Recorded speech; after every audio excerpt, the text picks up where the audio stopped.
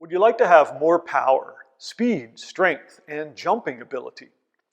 Or how about developing your backside to its fullest, most well-rounded potential?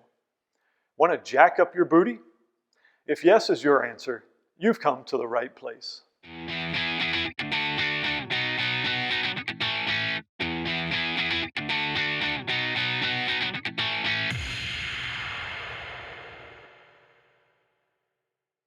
Hey, I'm John Zombro with the Lifetime Body, and welcome to Operation BootyJACK.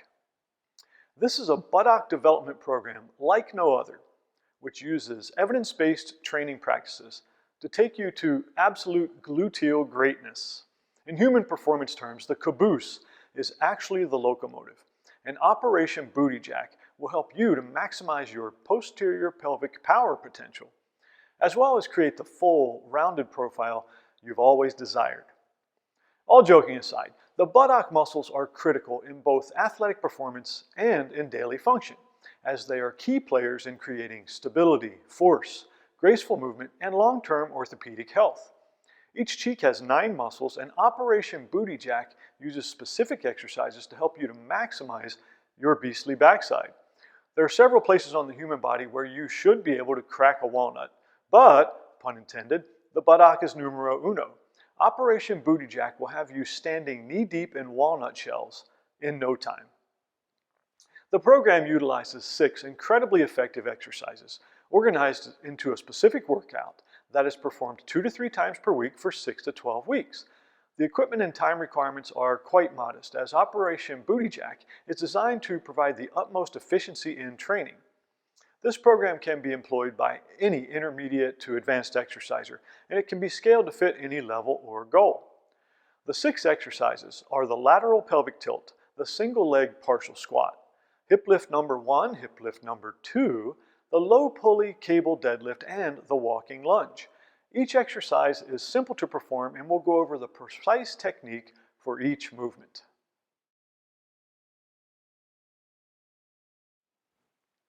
With the lateral pelvic tilt, use a hand hold for balance and try to keep the knees fairly straight.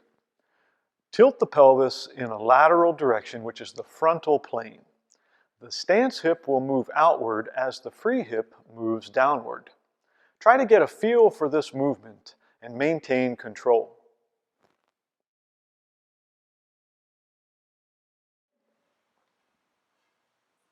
The single leg partial squat is performed utilizing the same platform as the lateral pelvic tilt and also with a handhold for balance. Simply straighten the free leg and hold it in a forward position. Hinge at the hip and sit back into a partial squat, keeping the knee slightly bending but with a vertical shin and the hip going down and backwards until you can tap the heel of the free leg. Allow the shoulders to come forward as you squat, but keep the back flat and straight.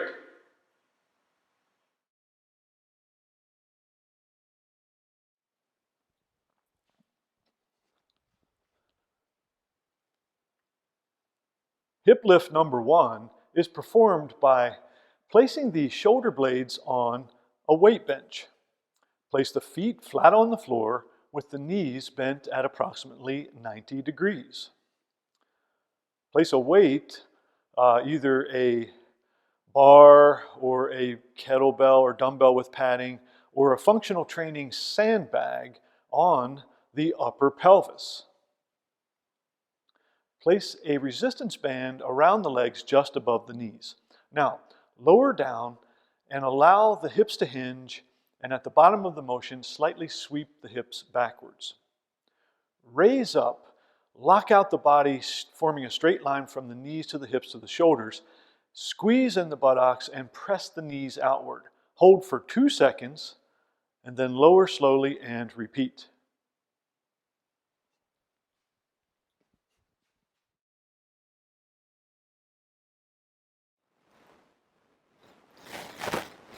Hip lift number 2 is performed by laying on the back on the floor or a mat. Place the legs onto a bench with the heels digging in and the knees slightly unlocked. Then place a weight on the pelvis and an exercise band around the ankles, but not the toes, with the legs turned in. Contract through all of the backside muscles, particularly the buttock muscles, and lift the pelvis into the air until a straight line is formed from the ankles, knees to the hips and spine. As you lift up, turn out or externally rotate the legs, driving that from the hips. Then squeeze and hold for 2 seconds, lower and repeat. Okay.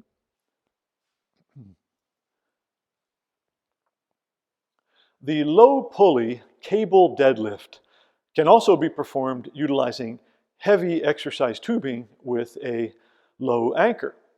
Utilize a light to moderate weight and back up until you have tension on the cable. Hinge at the hip as you reach forward and lower down into a modified deadlift position.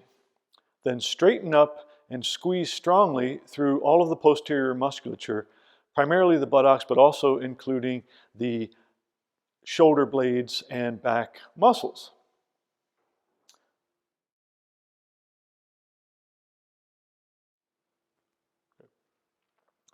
The walking lunge can be performed utilizing dumbbells held at the side or with a barbell or a sandbag on the shoulders. Take long steps to preload the glutes and other buttock musculature and push up through the heel with each repetition. Keep the back straight as opposed to rounded, but not vertical, allowing the shoulders to come slightly forward of the hips at the bottom of the movement. Maximize your vertical displacement with each step.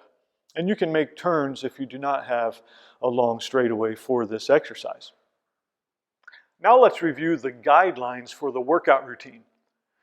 No elaborate warm-up is necessary because the first 2 exercises, the lateral pelvic tilt and the single leg partial squat, are priming and cueing movements done with body weight only. You can add a few minutes of general warm-up, such as walking, cycling, or calisthenics if you prefer. The workout is always performed in order, doing exercises 1 through 6 in straight sets. This means you do all the sets of one exercise before moving on to the next movement.